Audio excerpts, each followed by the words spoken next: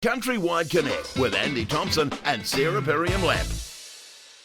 We always do talk a bit of sport on a Friday afternoon. Great to have you with us. Looking forward to this. We've got Graeme Sportsfreak Beasley from Wellington, and we've also got Miles Davis on the line. Well, he was there. He seems to have disappeared, so I'm not sure where Miles has gone. Right. Okay, Miles has gone to get a charger. You would have thought Miles would have known about that by now, wouldn't you, Graeme? But anyway, he probably just didn't want to talk to the two Spurs fans. You reckon that would be the case? Well, he's stressed up for it. Just you wait. I did see that. Hey, just on that, we'll talk Spurs without him being here because he'll just say rude things. I was at the game in Auckland the other day, New Zealand's National Stadium, which I... How wet did you get? Very, very wet and very, very cold. But it was an absolute privilege to see a Premier League team playing, albeit with, a few, I suppose, B and C team players kicking off the game. But boy, when they brought on the first team players, the difference in class was just magnificent. Was unbelievable, actually. Incredible to see that. Richarlison was just amazing. Yeah, he's just class, isn't he? Yeah, absolutely. Although, as a Spurs fan, it was a bit of a worry just how big the gulf was between the kids and the front liners when they came on. Yeah. Miles, did you would have watched the Spurs game in Auckland the other day? Yeah, I did, unfortunately. What was your take? Come on, put all your bias aside. Well, I mean, basically, there's a bunch of kids coming over on a holiday playing an average, Southern Hemisphere side. I mean, they're the top in the league, but they're not really going to be competition in a really competitive game. I thought that for the game that it was, that Auckland really stepped up. They went out there, they had a good go at them. But I mean, Spurs, as Graeme, I'm sure, has already said, that was very much a B team. You saw the odd little, Fernandes and Richarlison floating around for a little bit, but generally it's just those pre-season games are a waste of time. I remember I actually played in the curtain raiser when West Ham came over about 12 years ago, and we lost 2-1 to the Phoenix at Eden Park, and then flying down the next day to come down for the Wellington game. Andrew Durante and Chris Greenacre were sitting behind me and didn't give me a minute's peace the whole way back. I can imagine. Look, I agree with you. Like, it was a little bit disappointing to see so many B and C team players on the field for such amount of time. But when the first team players did come on, they were magnificent. Tell was great, and he played quite a bit down the left wing. So, it was good to see. And then, obviously, I've watched a bit of the game. Was it against Sydney the other night? 1-1 draw. A bit similar, really. Probably a better squad in that second game, I think. Have we declared properly that both lower echelon individuals support Tottenham? So, therefore, it's just let's blow a bit of smoke up the jacksie of the Tottenham Hotspurs. Yeah, there's a bit of that. Of course we're going to. Yeah, there's a lot of that. All right, let's move on. I want to talk to you a little bit about big news actually last night. Stephen Fleming named England coach. Miles, you'd be pleased to see that. Fleming there. Be a mate of yours, wouldn't he?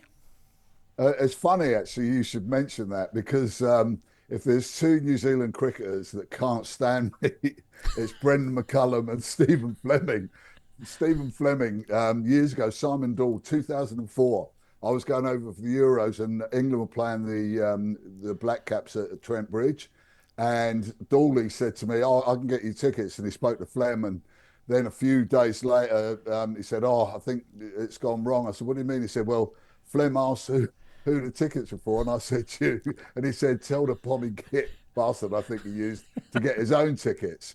And then just to finish it off, his mum, this lady came up to us when Mystery and I were doing some commentary in Hamilton, and this woman came up and said, how do you think the game went? I said, it was good, 100 runs aside would have been good. She went, how do you think Fleming went? I said, to be honest, I thought he really hit some form. I think he's hitting it right time for the World Cup. And she goes, I'm his mother, and you lot were rather mean to him the other day on the radio.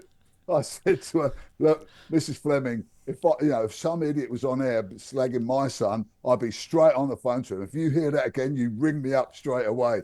Can you imagine anything better than the New Zealand cricket captain's mum ringing up to tell you off?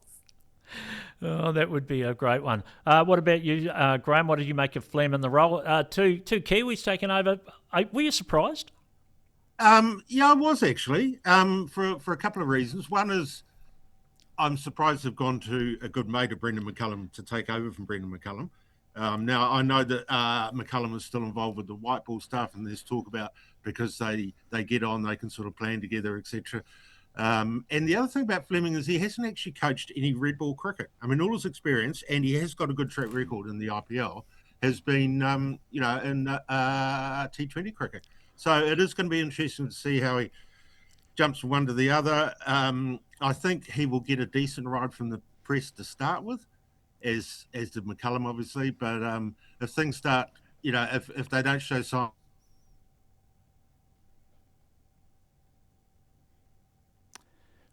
Not sure what happened there. We got you back. You just froze for a little bit there, Beasley. Oh, okay. I'm just saying that I think he'll get a good start from the media. They'll like him, but if things go pear-shaped in the Ashes and they don't show any improvement from that disastrous tour at the end of last year, then I think they'll turn on him pretty quickly. Miles, do you think we'll see Bazball continue, or will Flem do a whole new regime? I'd be very surprised to see Bazball continue. I think Fleming will be far more considered. If you look at the way that both of them played the game, and you imagine that that's the way they're going to carry on and coach and guide their charges, I'd have to say that Fleming is going to be far more considerate. He might add the odd little moment of aggression, but he's probably going to take it back to basics, bat for a bit of time, and then express themselves. And England have got players that can smack the ball all over the place. So it would be a hell of a lot better if they were on 30 or 40 before they started doing it. What about Joe Root as captain, Graham? Hasn't been that well received in England, strangely enough. His record as captain isn't that great. The test that he was captain against New Zealand a month or so ago, he made some. Hasn't he won more tests as captain than anyone else? I thought I read somewhere. Yeah, but I think he's sort of lost more than anyone else as well. I think he's perceived as not a great tactician, and the other thing, I don't think his average is as good when he's captain. So I think people think, to make the most of them, you should just have him in there as a senior player. But I mean, I don't think Harry Brook would have been the right choice either. So it makes sense from that point of view. I mean, Harry Brook is the ultimate disciple of Bazball, really, wasn't he? Miles? Yeah, very much so. I mean, and I firmly believe that he's going to be a really exciting feature of international cricket over the next few years. So, but I agree with Graham there that perhaps it's a bit too early for him, and he's not quite the. I mean, he's got a bit of Chris Cairns about him. He's got a bit of Baz about him. He likes to enjoy himself and put himself about. But I think one day sort of stuff or T20, he'd be all right as a captain, but not in a Test match. So so Root as captain, then Miles, you support that? Yeah, I'm happy with that. If you look at the players that they've got, it probably makes sense. Like, he's a senior player and he'll bring a bit of stability to it. He must, he's grown over time as well. I know he's never been a baby when he took over last time, but I think he'll do a decent job of it. It depends how the other people around him, whether they can support him or not, because half the time he seems to carry them on his own. All right. Let's talk Warriors tomorrow against the Titans. But before that, what happened to the Cowboys last night, Graham? 82-12. That's the biggest loss, and I heard an extraordinary stat. Since 1935. Yeah. Did you see it? I didn't watch it, but. No, I didn't either. I wish I had. So I mean, that was more than a point a minute, and unfortunately, it was the Roosters who are now ahead of the Warriors, and that'll do their points difference a lot of good. And they're clearly finding form at the right time. It feels like a must-win tomorrow for the Warriors. They've just sort of stuttered a bit recently. I think they lost momentum during State of Origin, and there was an unfortunate loss last week, and they struggled against the bottom team the week before. So it just sort of feels like they're now back into must-win territory, because they don't want to drop down to fourth, because they do need to finish in that top four. All right. What do you reckon, Miles? Yeah, I'm with Graham on this one. It is a must win. And I suppose the advantage they've got going to the Titans is that it'll be like a home crowd. Mm. So they'll get plenty of support up there. But it is a concern now that they're starting to show those wobbles again. And I don't know whether it's just, a natural thing that happens or it's the weight of expectation or what it is. But as Graham said, the Roosters seem to be, slipping into gear at the right time. The Warriors seem to be going in the other direction. But I will add a thing to that. A caveat to that is the fact that this Warriors side is not necessarily the same as other sides we've seen in previous years. They seem to have a little bit more steel about them, and they seem to have ability to bounce back. So let's hope they do it in grand style. Maybe not 82 points, but they really need to win convincingly. But Graham, they were incredibly poor last week against the Bulldogs. I They mean, were, that weren't was an incredibly average display. Like they were terrible. especially in the first half. Yeah, they just had no confidence, cohesion, falling off tackles, dropping passes. But basically everything went wrong. And again, it was a game that they should have won. So yeah, I think there'd have been a few harsh words during the week had to them. They just need to get back on the bike, really. Miles, what did you make of it? Because did you see it? That was awful. I only saw the second half, but to be honest, I read all the reports as well, and I spoke to a few mates, and it was just very unlike Warriors this season. But as Graham said, I mean, I'm a Dragons fan, so I'm really struggling this year. But for us to get that close to the Warriors was a bad sign for the Warriors, and they followed it up with that. I'm not going to write them off yet. It was, hopefully you don't have two games like that on the trot because it really was poor. And to be honest, it was really un-Warriors-like. All right. Caught a few people by surprise, I think. NPC kicked off last night. I wasn't aware it was on. All of a sudden I was getting Go Bay aplenty. Lots of people got a bit excited. Are you excited for the NPC? We'll start with you, Beasley. Yeah. I actually really, really enjoy the NPC. Feel like I got more connection with the Wellington Lions than I did with the Hurricanes. It's good old school stuff. It's just such a shame that they don't really market it. I mean, like if you jump online at the moment trying to find the team list for the weekend, it's near on impossible, really. And there was hardly anyone there last night. Now I appreciate that the Thursday night games in particular are sort of TV only events, and it provides some good content at prime time. And who wants to go and watch a rugby match on a Thursday night in July? So I can understand that. I'd certainly hope that they get bigger crowds for the afternoon matches. I do like Sunday afternoon rugby. That's a benefit that the NPC has over Super Rugby. That always seems like quite a good atmosphere. Unfortunately, I don't think Wellington are going to really challenge this year.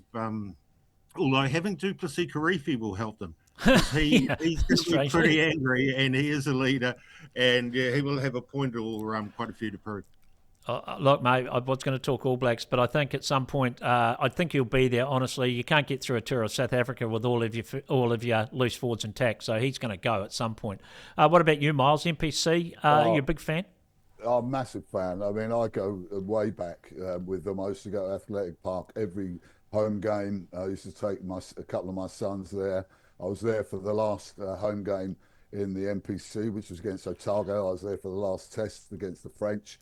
And I used to work for them in 1992. I worked for them as market manager for a year and made some good relationships there and had a great time. But for me, that's what they should have done with Super Rugby. Tap into that parochialism, which had been going for 100 years, and make that competition the way that you get into Super Rugby, just like they do in Europe.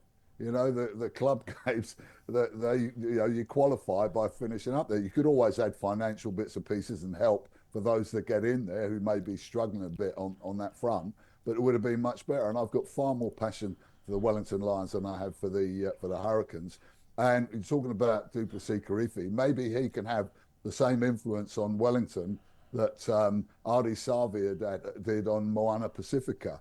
So we keep our fingers crossed. The only thing is, and I thought Graham will agree, apart from it not being sort of advertised much, I lose track of the games. there's 1, 2, 3, 4. There's another one. Wait a minute, we only played 2 days ago, and now we've got another game. Yeah, it's really confusing, and you tend to lose track of it a bit. But I am really, and I'm pleased that it's free to air as well, so more people get an opportunity to watch it. All right, guys, we're out of time. Really appreciate your time. Graeme, Sportsfreak, Beasley, Miles Davis, thanks so much for coming on Countrywide Connect. And Miles, I did get the message. Yes, I will buy you a beer or a very good red wine, so don't you worry about that. I'll go for the wine, thanks. I'll get palmed off of your Canterbury draft. You do that. This is the price of a very quick question for Miles before we go. How long do you think Infantino will last for? No. Well, he should last another day, to be honest. He's a disgrace. But UEFA, CONCACAF are together. UEFA's got more power. They're not going to go on with it, and they're going to win. And Infantino should resign. We're gone, guys. Thanks so much. Countrywide Connect with Andy Thompson and Sarah Perriam-Lapp.